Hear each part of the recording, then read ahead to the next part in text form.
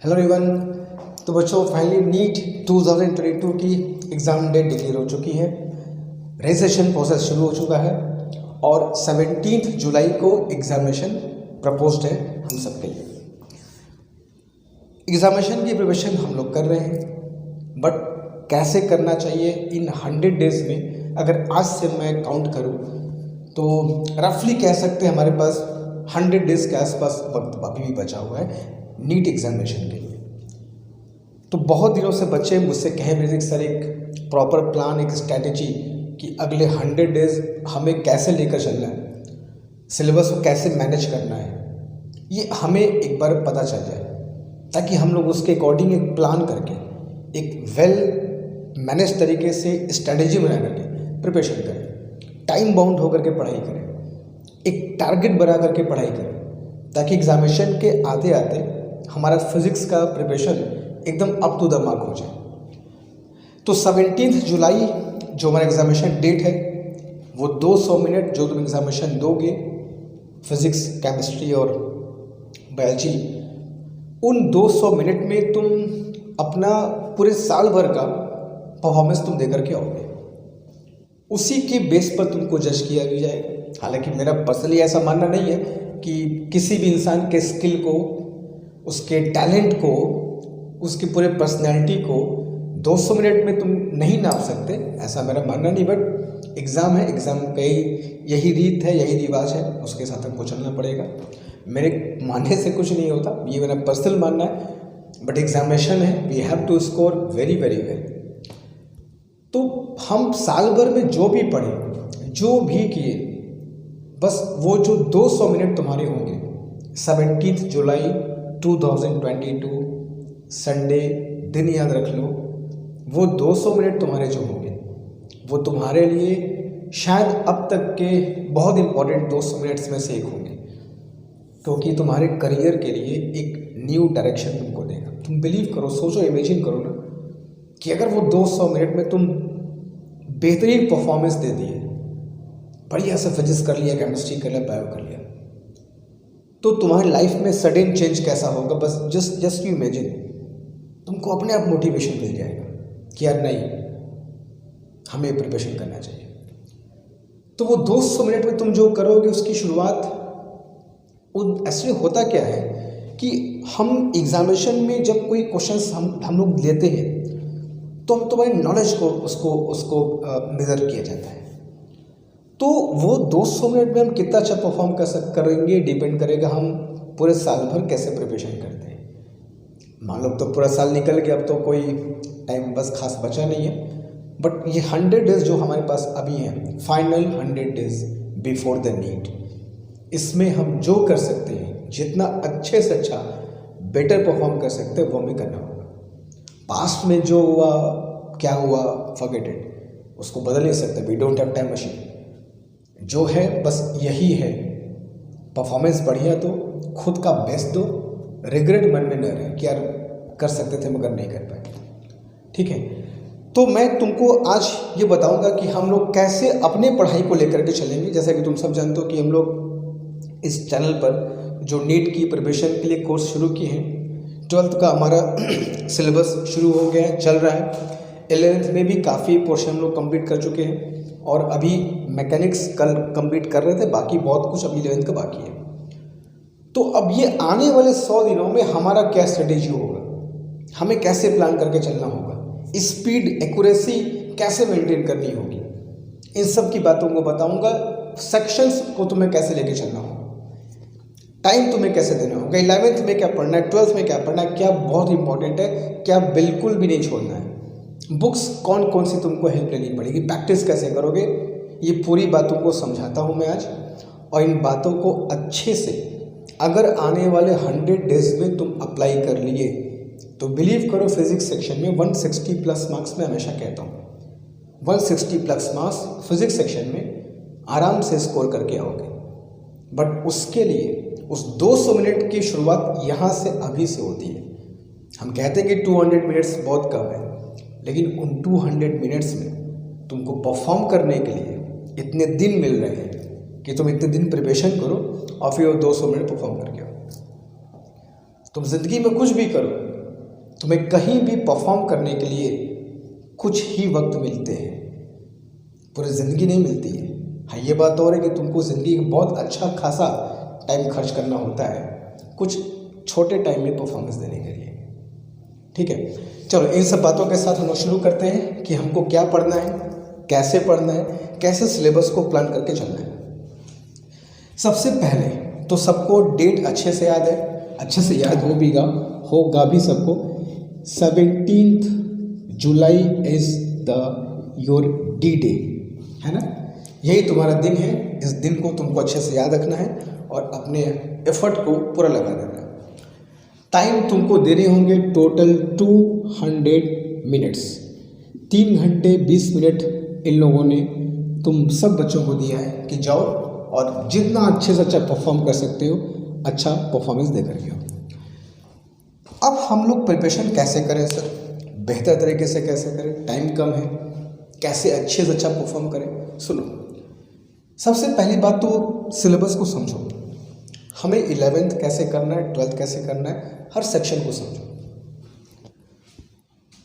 Before we start, अगर मैं तुम मुझसे पूछो कि सर बुक्स कौन सी प्रेफर करें, तो मैं तुमको 2 बुक बताऊंगा। ये 2 बुक तुम्हारे लिए मोर देन सफिशिएंट है।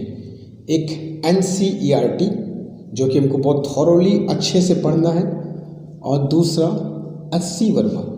ये 2 बुक बच्चों हमको हमेशा अपने साथ रखनी है अगले 100 दिनों में। अगले 100 डेज में NCERT बहुत अच्छे से पढ़ेंगे हम लोग, SC वर्मा बहुत थॉरोली पढ़ेंगे, खूब जमकर पढ़ेंगे। कैसे पढ़ेंगे वही तुमको बताऊंगा मैं आज। अब तुम सर कैसे पढ़े सर, NCERT की 11th-12th की 4 बुक हो गई, 11th-12th SC वर्मा की 2 पार्ट्स हो गए, 300 डेज में कैसे करेंगे, तो वही तुमको बताने आया हूँ कि कैसे करेंगे। देखो, सबसे पहले 11th के सिलेबस को अगर देखो तो सबसे पहले जो हमारे सामने आता है वो होता है मैकेनिक्स।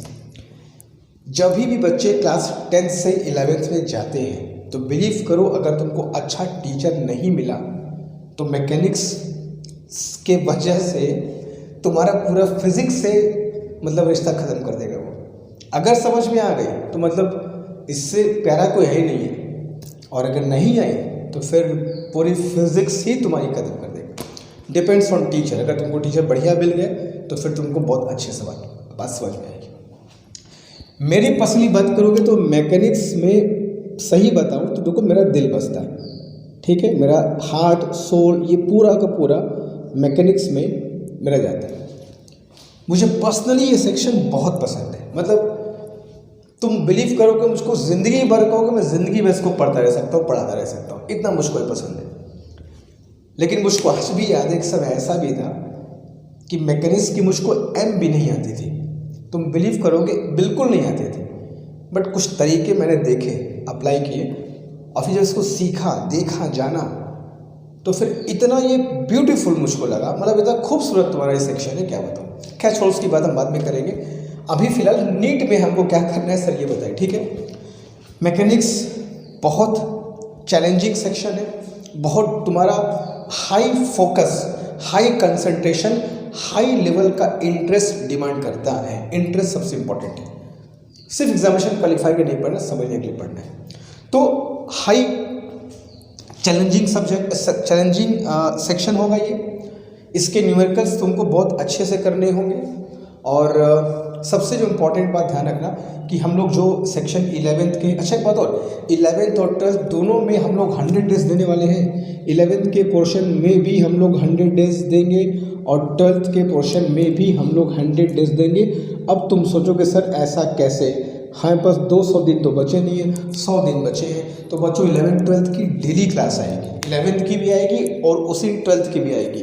12th की तो CUET के साथ प्रिपरेशन चल रही है हमारी, डेली बेसिस पे क्लास आती जाएगी, और 11th की भी डेली बेसिस पे आएगी। तो हो सकता है तुमको एक दिन में 2-2 क्लास मिले, 11th की भी 12th की भी। तो हम लोग को 100 डेज 11th पे स्पेंड करना है और 100 दिन 12th में भी स्पेंड करना है। बस ये मैनेज कैसे करें वो तुमको सिखा रहा हूँ। मैकेनिक्स में सबसे इस पूरे 100 डेज में ये जो मैकेनिक्स है ये सबसे मेजर टाइम तुम्हारा लेगा, ठीक है। सबसे ज़्यादा टाइम मुझको जो देना होगा तुमको सिखाने के लिए बच्चों, वो यही मैकेनिक्स है। मैकेनिक्स में अगर 100 दिन है तो मेरे पास में 60 दिन या 65 डेज कहो तो मैकेनिक्स में तुमको दूंगा, क्योंकि इसको सिखाने में, समझाने में, समझने में वक्त लगता है। इट डिमांड्स टाइम, हर सेक्शन अपना वक्त लेता है और you have to do it. तो न्यूमेरिकल्स बहुत चैलेंजिंग है, कॉन्सेप्ट्स में वक्त लगेगा सीखने में, तो हमें अच्छे से अंडरस्टैंडिंग बहुत अच्छे से होना चाहिए इसके पूरे चैप्टर्स का। जैसे लॉज ऑफ मोशन बहुत कॉन्सेप्चुअल चीज़ें हैं, फ्रिक्शन की बात करोगे, रोटेशन मोशन हाईली कॉन्सेप्चुअल, मगर बिलीव करो बहुत मजा आएगा तुमको पढ़ने में। ग्रेविटेशन कंपेरेटिवली इजी रहेगा तुमको। उसके पहले बात करो काइनेमेटिक्स में बहुत चीज़ें मैथमेटिकल हैं, वो पढ़ेंगे हम लोग। वेक्टर्स है, रिलेटिव मोशन है ना, काइनेमेटिक्स पूरा पढ़ा हुआ है। तो बहुत ही मतलब डिमांडिंग सेक्शन होगा ये। और एक बात मैं और बता दूँ, इससे बच करके नीट क्वालिफाई करना ऑलमोस्ट इम्पॉसिबल है, नहीं कर सकते तुमको इससे के साथ ही चलना पड़ेगा। मैं सिखाऊंगा, तुम देखना, तुमको बिल्कुल भी तकलीफ नहीं होगी, तो सीखोगे पूरा मैकेनिक्स की एक्चुअली होती क्या है। तो मान के चलो कि अगर 100 डेज मेरे पास हैं, हम लोग के पास हैं, तो 60 दिन 60 डेज हमें मैकेनिक्स में खर्च करने हैं। ऐसा नहीं कि सिर्फ 60 मिनट मैकेनिक्स ही पढ़ेंगे, इसको भूलना मत। मैं इसका भी कुछ क्वेश्चन अभी सेक्शन उसमें इंक्लूड करूँगा, ठीक है। तो ये याद रखना तुम। और अच्छे इसमें करना क्या होगा, एनसीईआरटी के क्वेश्चंस तुम लोग करेंगे ही। एक बात ध्यान रखना कि सारे बच्चे जो भी नीट के प्रिपरेशन कर रहे हैं, उन सबको, पूरे इंडिया के जितने बच्चे हैं सबको एक बार रिकमेंड करूँगा कि मैकेनिक्स के लिए एच.सी. वर्मा के जो ऑब्जेक्टिव क्वेश्चन हैं, और कौन से ऑब्जेक्टिव 2 होते हैं सब जानते हो, 1 और 2। तो ऑब्जेक्टिव 1 जिसपे सिंगल आंसर वाले क्वेश्चन होते हैं, ऑब्जेक्टिव 1 एच.सी. वर्मा के मैकेनिक्स के लिए मतलब बहुत अच्छा है। मतलब कह सकते हो कि हम रूल कर लेंगे उस पर, अगर हम ऑब्जेक्टिव 1 कर लिया तो। वर्ड्स मुझको नहीं मिल रहा मैं क्या बोलूँ, बट समझ जाओ फीलिंग में क्या कहना चाहता हूँ। तो अगर हम ऑब्जेक्टिव 1 करेंगे एच.सी. वर्मा के सीरियसली अच्छे से समझते, मैं तुम्हें खुद कराऊंगा, बहुत क्वेश्चंस कराऊंगा, कुछ तुम भी करो खुद से, तो मैकेनिक्स का बहुत अच्छा खासा पोर्शन तुम्हारा प्रिपेयर्ड हो जाएगा, याद रखना, ठीक है। तो एनसीईआरटी क्वेश्चन हम लोग करेंगे।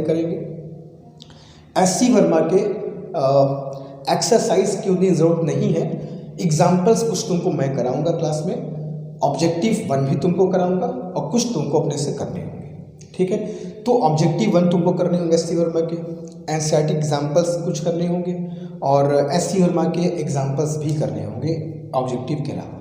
और बाकी जो मेरे कुछ अपने क्वेश्चंस होंगे, कुछ PYQs मैं तुम्हें कराऊंगा मैकेनिक्स के, नीट के जो एग्जामिनेशन में पूछे गए हैं वो।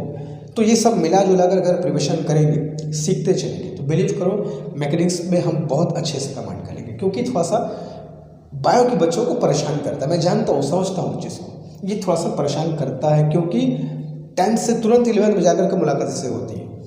और मैं फिर कहूँगा, अगर तुमको सही टीचर नहीं मिलेगा तो फिर तुमको कभी मैकेनिक्स में इंटरेस्ट आएगा ही नहीं, और तुम्हारा वहीं से कनेक्शन खत्म हो जाएगा।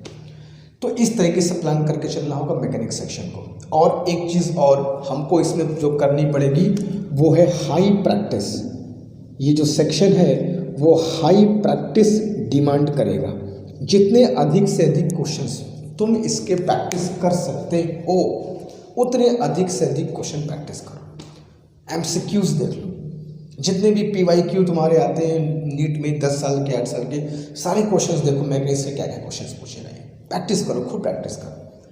तो 100 डेज में अगर ढंग से इसको कर लिया जाए प्रैक्टिस करते हुए, मोर देन सफिशिएंट है। अच्छे खासे क्वेश्चंस आते हैं, करके आओगे बढ़िया से, ठीक है। मैकेनिक्स ना बहुत मतलब तुमको परेशान करेगा, तुम लड़ोगे इससे, और जब तुम इसे लड़ करके जीत के आओगे तब तुम्हारा सामना होगा हीट एंड थर्मोडायनेमिक्स से, जो कि कंपैरेटिवली बहुत आसान है।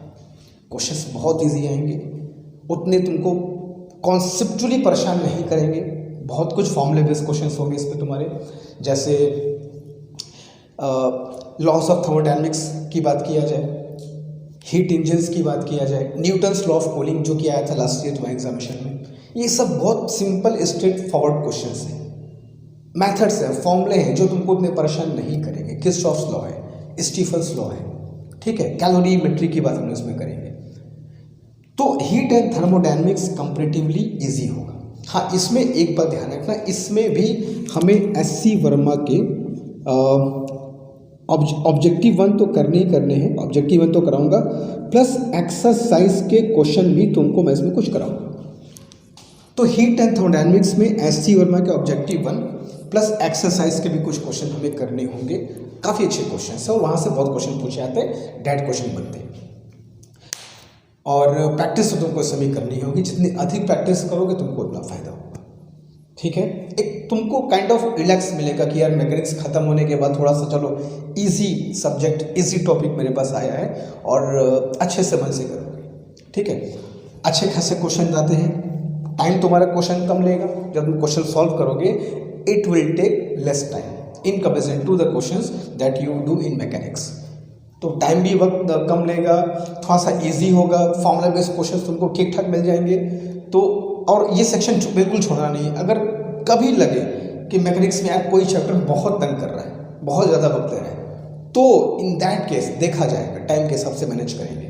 लेकिन यहाँ पर एकदम नहीं, हर चैप्टर तुमको करना होगा, हर चैप्टर तुमको समझ में भी आ जाएगा, ठीक है, बात समझ रहे हो। तो ये सेक्शन हमारा स्कोरिंग सब सेक्शन होगा, क्वेश्चंस आएंगे, बिल्कुल छोड़ना नहीं है।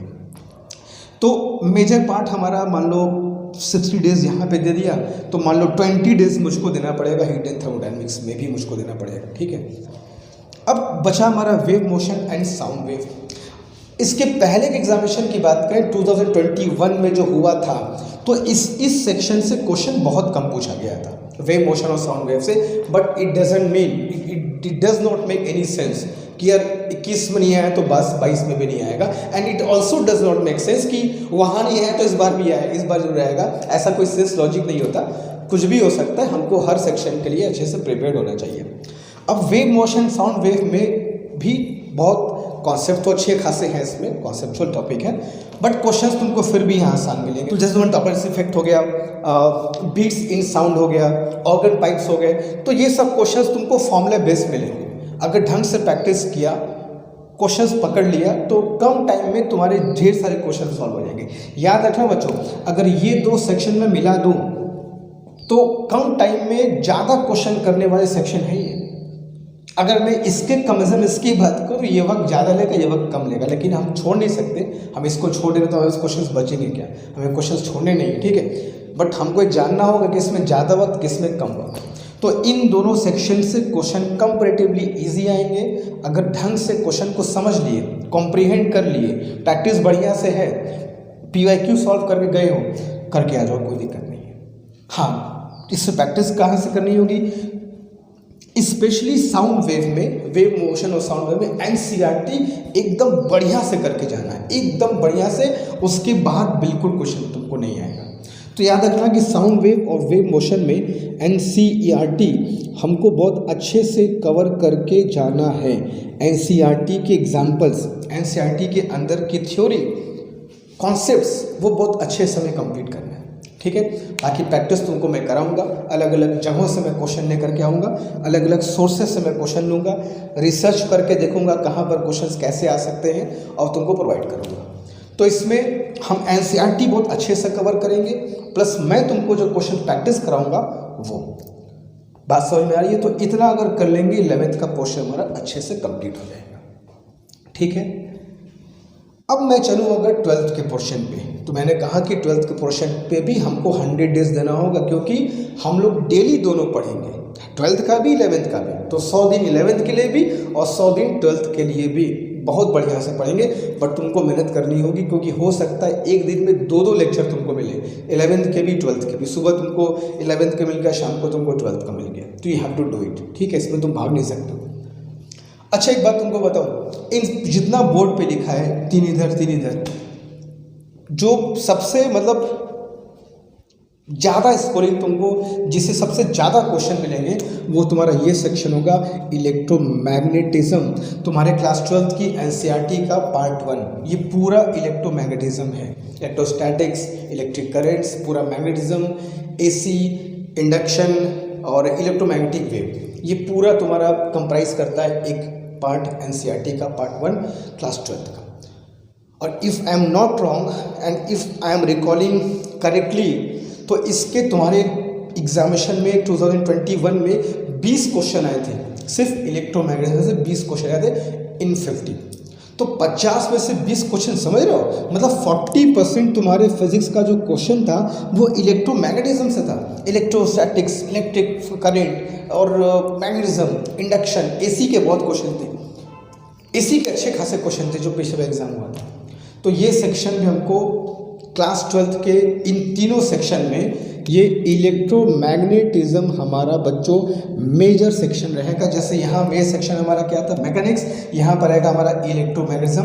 Major in the sense we have to give more time in it, हमको इसमें ज़्यादा वक्त देना पड़ेगा। अगर 100 डेज है तो अप्रॉक्सीमेटली मान के चलो 60-65 डेज, 70 डेज भी कह सकते हो, इतना इंपॉर्टेंट है। ज़्यादा क्वेश्चन आने से हमको इसमें खर्च करने होंगे और हम लोग ये स्टार्ट कर चुके हैं। तुम लोग को पता होगा क्लास 12 की एनसीईआरटी हम लोगों ने शुरू कर दी है। इलेक्ट्रोस्टैटिक्स हम लोग पढ़ रहे हैं, कूलॉम्स लॉ पढ़ रहे हैं, डाइपोल तक हम लोग पहुँच चुके हैं। ठीक है, तो ये हमारा चल रहा है, स्मूथली चलता रहेगा।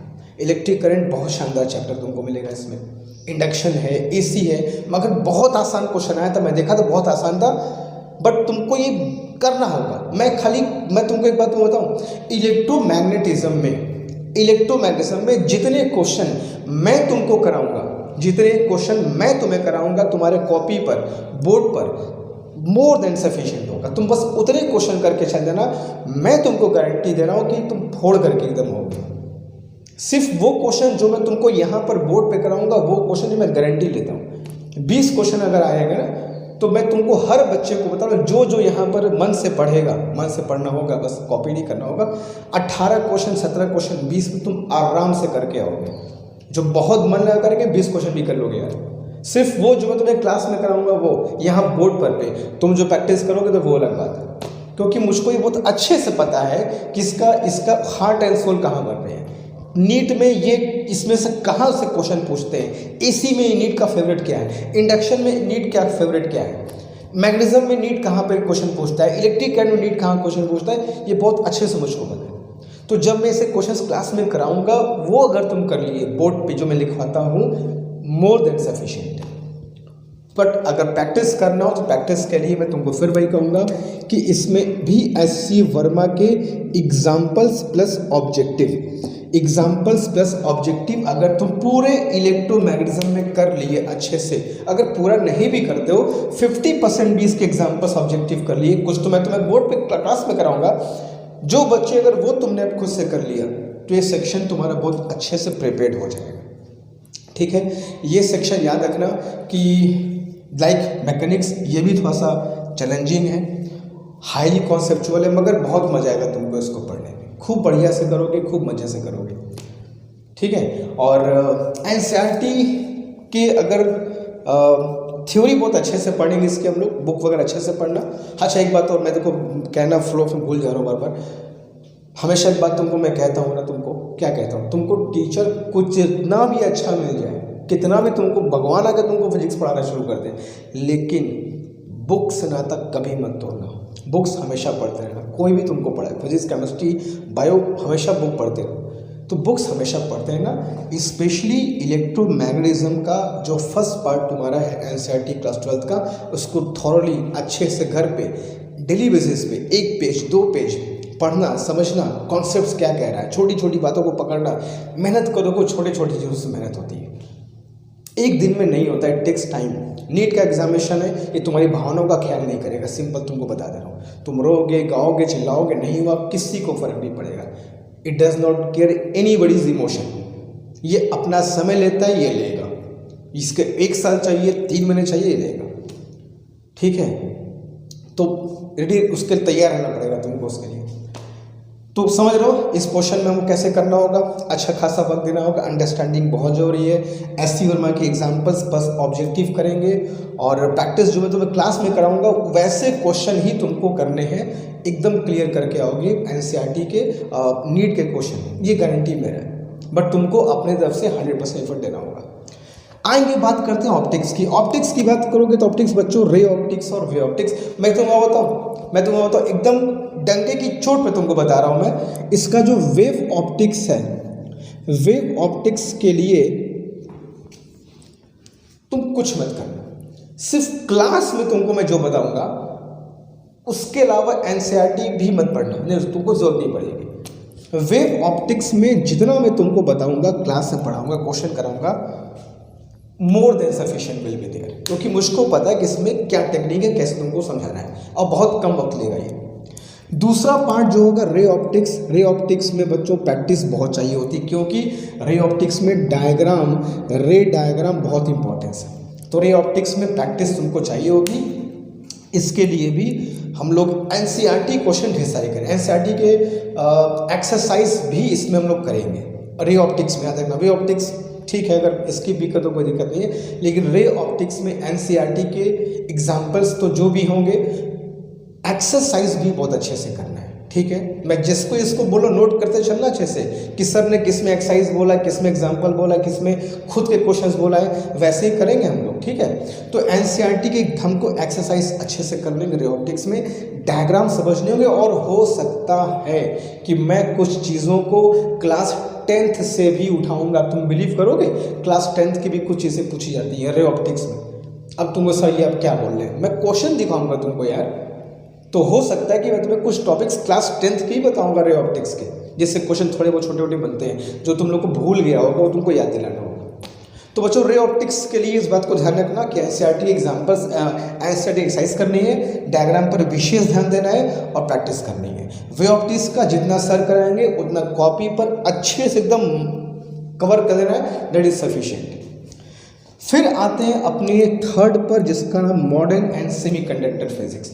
तो मॉडर्न एंड सेमीकंडक्टर फिजिक्स के बारे में सबसे पहले एक बात कहूँ तो हाई स्कोरिंग ये सेक्शन है, हाई स्कोरिंग। और करो क्या पता है, सेमीकंडक्टर फिजिक्स के लिए क्या करना पता है? सेमीकंडक्टर फिजिक्स के लिए एक कमरे में आना, कमरा बंद करना, खिड़की दरवाजे बंद करना, शांति से बैठ जाना, एनसीईआरटी ले लेना, पूरी की पूरी सेमीकंडक्टर एक पहले पेज से लेकर के एंड के पेज तक बहुत अच्छे से पढ़ डालना। तो क्या सर आप नहीं पढ़ेंगे क्या? मैं पढ़ाऊंगा, मैं ही पढ़ाऊंगा, लेकिन जब मैं तुमको पढ़ाऊंगा तुमको मैं वक्त दूंगा, टास्क दूंगा, तुमको पढ़ना होगा। मतलब व्हाट आई वांट टू से कि अगर तुमने ये सेमीकंडक्टर फिजिक्स की एनसीईआरटी पूरा थॉली कवर कर ले, क्या क्या उसमें लिखा है और सब कुछ समझ के मैं तुमको समझाऊंगा, हो गया, कर लोगे सारे क्वेश्चन। हाई स्कोरिंग है, न्यूमेरिकल्स बहुत कम है, कॉन्सेप्ट्स है, फैक्ट्स है, बढ़िया से करेंगे। लॉजिक गेट से क्वेश्चन आएगा, एकदम अच्छे से करके आओगे। ट्रांजिस्टर, सेमीकंडक्टर्स, डायोड्स है ना, एप्लीकेशंस क्या होते हैं, छोटी छोटी प्रिंसिपल्स, पीएन जंक्शन में क्या होता है, ट्रांजिस्टर कैसे बनते हैं, एनपीएन, पीएनपी, ये सारे कॉन्सेप्चुअल बातें हैं, ये तुमको सिखाऊंगा, पढ़ाऊंगा। प्लस तुमको खुद से एनसीईआरटी पढ़नी पड़ेगी, ये करना पड़ेगा तुमसे। देखो मेरे साथ हो तो मैं तुमको रगड़वाऊंगा, मेहनत करवाऊंगा, ठीक है। ऐसे नहीं चलता है। यहाँ रहोगे तो मैं तुम्हारे दिन रात एक करवा दूंगा, मुझको फ़र्क नहीं पड़ता कि तुम सो रहे हो कि नहीं सो रहे हो, जाग रहे हो कि नहीं जाग रहे हो, खाना खा रहे हो नहीं खा रहे हो, मुझको फ़र्क नहीं पड़ता। बस हो मेरे साथ तो मैं सुबह कब होगा, शाम को होगा, तुमको पता नहीं चलने दूंगा मैं अगले 100 डेज़ में, ठीक है।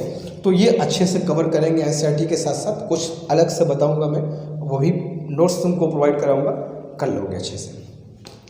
मॉडर्न में एटॉमिक स्ट्रक्चर है, डुअल नेचर है, न्यूक्लियस की बात है, रेडियोएक्टिविटी है, कंपैरेटिवली बहुत आसान है, मैं जितने बताऊंगा उतने। अच्छा यहाँ ये जो सेमीकंडक्टर फिजिक्स है, इसके भी एससी वर्मा के ऑब्जेक्टिव बहुत अच्छे से हमें कवर करना है। सेमीकंडक्टर फिजिक्स में एससी वर्मा के ऑब्जेक्टिव बहुत अच्छे से हमें कवर करना है, हमारा आधा कॉन्सेप्ट तो वही क्लियर कर देगा, तुम देखना, ठीक है। उसके बाद मॉडर्न में जब आओगे तो मॉडर्न में एटम्स है, न्यूक्लियस है और डुअल नेचर की बात इसमें करेंगे। तो ये तो ठीक है, जितना मैं क्लास में कराऊंगा वो क्वेश्चंस, और उसके साथ साथ कुछ एनसीईआरटी अच्छे से कवर कर लोगे, एक्सरसाइज कुछ क्वेश्चंस कर लोगे तो हो जाएगा। ये तुम्हारा अच्छा सा खासा पोर्शन है, क्वेश्चंस आएंगे, आराम से करके आओगे, टाइम कम लेगा, काम तुम्हारा हो जाएगा। तो हमें प्लान करना होगा हर सेक्शन। अभी तो मैं एक सेक्शन की बात कर रहा हूँ ना कि मैकेनिक्स में ऐसे करना है। जब मैं मैकेनिक्स में घुसूंगा तो मैकेनिक्स के अंदर जो चैप्टर्स हैं उन चैप्टर्स को तुमको बताऊंगा कि भाई तुमको इस मैकेनिक्स में 13 चैप्टर है, 13 चैप्टर कैसे करना है। तो इनके जो चैप्टर्स है जब मैं शुरू करूंगा तो बताऊंगा। अभी सेक्शन बता रहा हूँ। जैसे फॉर एग्जांपल मैंने शुरू किया ऑप्टिक्स। ऑप्टिक्स में क्या चैप्टर्स पढ़ने हैं, रिफ्लेक्शन है, रिफ्रैक्शन है, कैसे पढ़ने हैं, किन किन बुक से पढ़ने वो बताऊंगा। अब शुरू किया तुमको एग्जांपल मैंने हीट एंड थर्मोडायनेमिक्स। यहाँ पर जो चैप्टर्स हैं वो हर एक चैप्टर में क्या करना वो तुमको बताऊंगा। ठीक है, तो ये एक हमारा एक जनरल तरीका होगा पूरे सिलेबस को, पूरे कोर्स को कंप्लीट करने का। मैं फिर से बोल रहा हूँ, जहाँ जहाँ मैंने एस.सी. वर्मा कहा है, जहाँ जहाँ मैंने एन.सी.ई.आर.टी. कही है, वो उसको नोट डाउन करना, कॉपी पे लिखना, वैसे ही प्रिपरेशन तुमको करना है। बात समझ में आ रही है? तो ये तरीका हमारा रहेगा अगले 100 डेज तक, और अगले 100 दिनों में अगर तुम ये तरीका अप्लाई करते हो, इस तरीके से तुम अपने फिजिक्स को लेकर चलते हो और जम करके मेहनत करते हो, तो जो हमेशा मैं कहता हूँ, फिर कह रहा हूँ, 160+ इन फिजिक्स ये बहुत दूर नहीं है तुम्हारा। ठीक है, but it will take time. वो 200 मिनट में तुमको परफॉर्म करने के लिए शुरुआत आज से अभी से करनी होगी। ठीक है, तो ये तरीका होगा हमारा, और तुमको इसको समझना होगा, देखना होगा। मन में कुछ डाउट्स हैं कि सर ये कैसे होगा, वो कैसे होगा, कमेंट बॉक्स में बताना। जब भी मुलाकात होगी नेक्स्ट क्लास में विल डिस्कस इट। दूसरी बात, 12th का पोर्शन शुरू हो गया है। 11th में हम लोग जहाँ से होल्ड कर दिए थे वहाँ से फिर वर्क एनर्जी पावर हम लोग शुरू करने वाले हैं। ठीक है, तो जल्दी ही 1-2 दिन के अंदर 11th क्लास शुरू हो जाएगा। 12th क्लास जो भी है, अगर कुछ लेक्चर्स पेंडिंग है फटाफट कंप्लीट करो। पेंडिंग लेक्चर मत रखना, सबसे पहला काम। तो ये अगर रखोगे तो बेवजह अपने ऊपर स्ट्रेस डालोगे तुम। ठीक है, और फिर लेक्चर्स लगाता रहेंगे, एक बार जो छूटा हुआ फिर छूट जाएगा फिर। ठीक है, इस बात को ध्यान रखना। कोशिश करना जिस दिन आए उस दिन ही मैनेज करके लेक्चर्स देख करके टॉपिक्स प्रिपेयर कर लो, नोट्स कंप्लीट कर लो। ठीक है, तो आज सिर्फ इतना ही तुमसे मुझको बात करना था। और जब अगली क्लास में मिलेंगे तो 11th में वर्क एनर्जी इन पावर हम लोग फिर से जहाँ से होल्ड किए थे रीस्टार्ट करेंगे, और 12th जैसा चल रहा है वैसे ही चलता रहेगा। क्लियर है? और मन में अगर कोई डाउट हो प्रिपरेशन को लेकर के, स्ट्रेस है, मन नहीं लग रहा है, परेशान हो, क्विट करने वाले हो, गिव अप कर दिए हो, मुझको ज़रूर बताना प्रॉब्लम क्या है। I will address it. ठीक है, तो मिलते हैं नेक्स्ट क्लास में। आज के लिए इतना ही, और प्रिपरेशन करते रहो। कोई अगर प्रॉब्लम हो तो तुम मुझसे बता सकते हो। ठीक है, थैंक यू सो मच।